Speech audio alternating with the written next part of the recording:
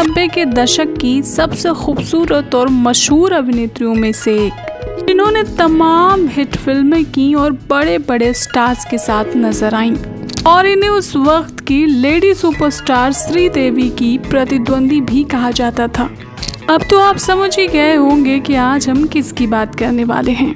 आज हम आपको बताने वाले हैं वो सारी बातें जो आप जानना चाहते हैं जया प्रदा जी के बारे में। जया प्रदा का जन्म 3 अप्रैल 1962 को राजमुंद्री आंध्र प्रदेश में हुआ था। उनकी मां नीला वेणी एक गृहिणी थी और पिता कृष्णा राव तेलुगु सिनेमा में कलाकार थे। जब जया का जन्म हुआ था तब इनका नाम ललिता रानी रखा गया था, जिसे बाद में बदलकर जया कर दिया गया। जया नृत्य कला में पारंगत थी, ये बात तो हम सब जानते हैं, लेकिन इन्हें फिल्मों तक लाने में नृत्य कला का ही योगदान रहा है, ये शायद कम लोग जानते होंगे। दरअसल जया को बचपन से ही नृत्य में बेहद रुचि थी और ये स्कूल के समय से ही डांस कॉम्पिटिशन्स में हिस्सा लिया करती थी। ऐसे ही एक स्कूल कंपटीशन के दौरान डांस परफॉर्मेंस देते हुए इन पर एक तेलुगु फिल्म निर्माता की नज़र पड़ी और उन्होंने इन्हें एक तेलुगु फिल्म में डांस करने का ऑफर दे दिया। तब महज 14 साल की थी जया। यहीं से इनके फिल्मी करियर की शुरुआत हुई थी।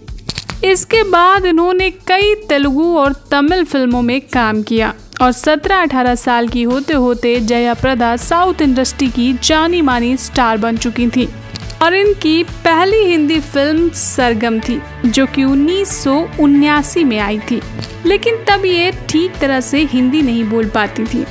1982 में फिल्म कामचोर आई। इस फिल्म को भी के विश्वनाथ ने ही बनाया था, जिन्होंने जया प्रदा को सरगम फिल्म में लॉन्च किया था। कामचोर से इन्हें खूब तारीफ और पहचान मिली। अब इनकी हिंदी भी धारा प्रवाह हो चुकी थी और फिर इसके बाद तो सिलसिला ही चल पड़ा और जया प्रदा ने उस वक्त के लगभग सभी सुपरस्टार्स के साथ काम किया और खूब नाम कमाया। बेशक ही इनका फिल्मी करियर काफ़ी शानदार रहा था, लेकिन शानदार करियर के बीच तमाम विवाद भी इनसे जुड़े रहे थे। सबसे बड़ा विवाद था इनके साथ दर्जनों फिल्मों में एक साथ नजर आने वाली श्रीदेवी के साथ। भले ही ये दोनों कई फिल्मों में साथ नजर आई थी, लेकिन इनके बीच काफ़ी कड़वाहट भरा रिश्ता था। यहाँ तक कि कई सालों तक इनके बीच बातचीत भी नहीं हुई। शायद इसकी वजह शोहरत की दौड़ हो या कुछ और। ये विवाद फिल्म नगीना से शुरू हुआ था, जिसके लिए पहले जया प्रदा को अप्रोच किया गया था, लेकिन बाद में श्रीदेवी को कास्ट कर लिया गया और ये नाराजगी जया प्रदा की तरफ से ही शुरू हुई थी।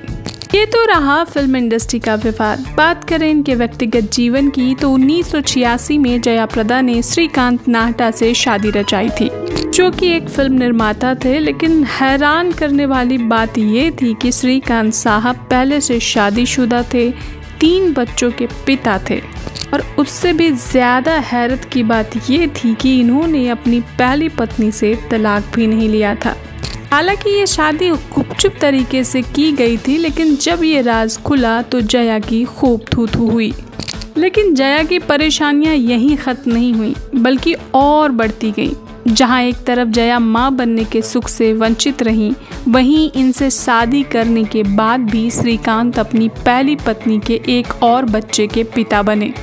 अब आप ये खुद सोच सकते हैं कि किस तरह का माहौल बना होगा। धीरे धीरे इनके रिश्ते में इतनी कड़वाहट आ गई कि आखिरकार इन्होंने पति से अलग होने का फैसला कर लिया।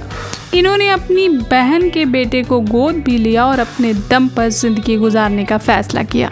क्योंकि जया का रुझान राजनीति की तरफ था, तो इन्होंने इधर ध्यान देना शुरू कर दिया। 2004 से 2009 के दौरान ये समाजवादी पार्टी में सांसद के तौर पर कार्यरत रहीं।